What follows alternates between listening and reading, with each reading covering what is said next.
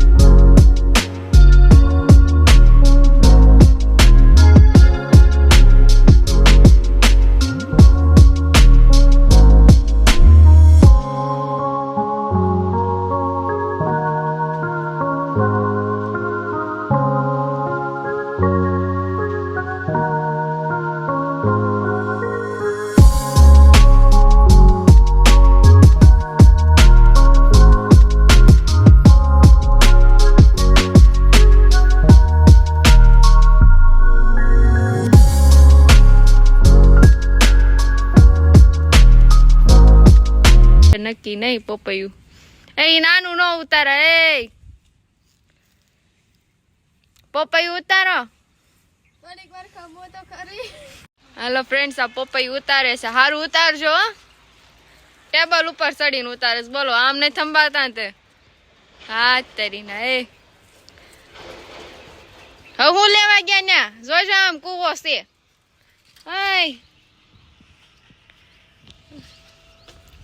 આ નાનું આમ શું કરવા ઉતાર્યું? હેલો ફ્રેન્ડ્સ, ફાઇનલી અમે તૂર વીણીને ઘરે આવી ગયા છીએ અને બપોરે ઘડી આરામ પણ કરી લીધો, કેમ કે બહુ થાકી ગયા હતા. તૂર વીણવા ગયા હતા તો, અને હવે થાકી ગયા હતા તો સૂઈને જાગી પણ ગયા છીએ. હવે બપોરના 4 વાગી ગયા છે તો હવે થોડીક ભૂખ પણ લાગી છે તો નાસ્તો કરી લઈએ. હવે જોઈએ નાસ્તામાં શું બનાવીએ છીએ.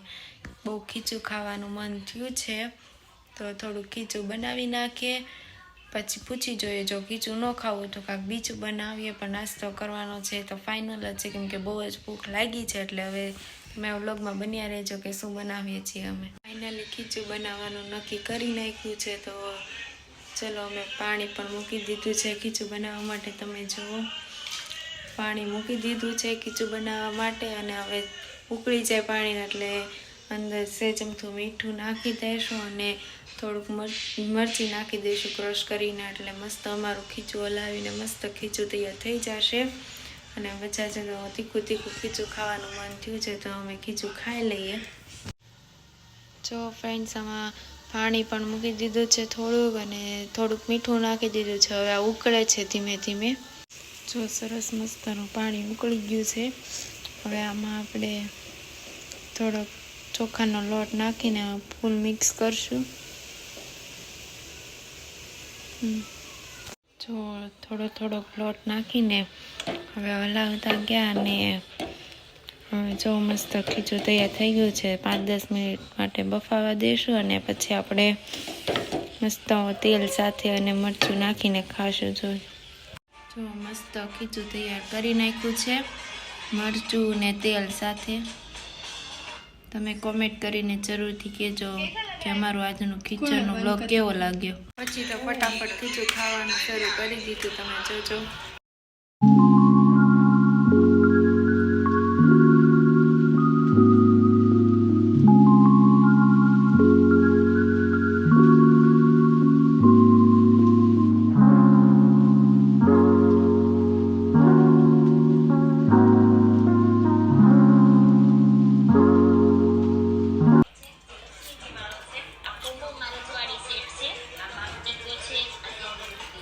ચલો ફ્રેન્ડ્સ, હવે અમે ખીચું ખાઈ લીધું છે તો તીખું મસ્ત ખીચું બનાવ્યું હતું. તો હવે સાંજની રસોઈની તૈયારી પણ કરવી પડશે તો હવે થોડીક રસોઈની તૈયારી કરી નાખીએ.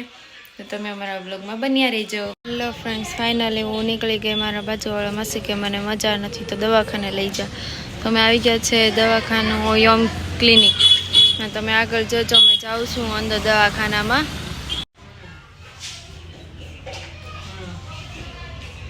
પછી તો અમે દવાખાનાનું કામ પતાવીને ફટાફટ ઘરે જવા માટે નીકળી ગયા.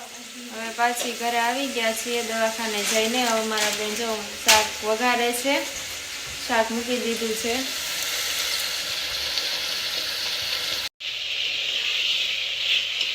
જો મસ્ત શાકનો વઘાર બેસી ગયો છે અને હવે શાક હલાવે છે. મસ્ત આજે શાક ખાવાનું છે. સ્મેલ તો બહુ મસ્ત આવે છે. પછી તો શાક મસ્ત રીતે હલાવી નાખ્યું, શાક રેડી થઈ ગયું. ફ્રેન્ડ્સ ફાઇનલી પહોંચી ગયા રોટલા કરવા માટે ચૂલે. તો હવે રોટલા બનાવીશું.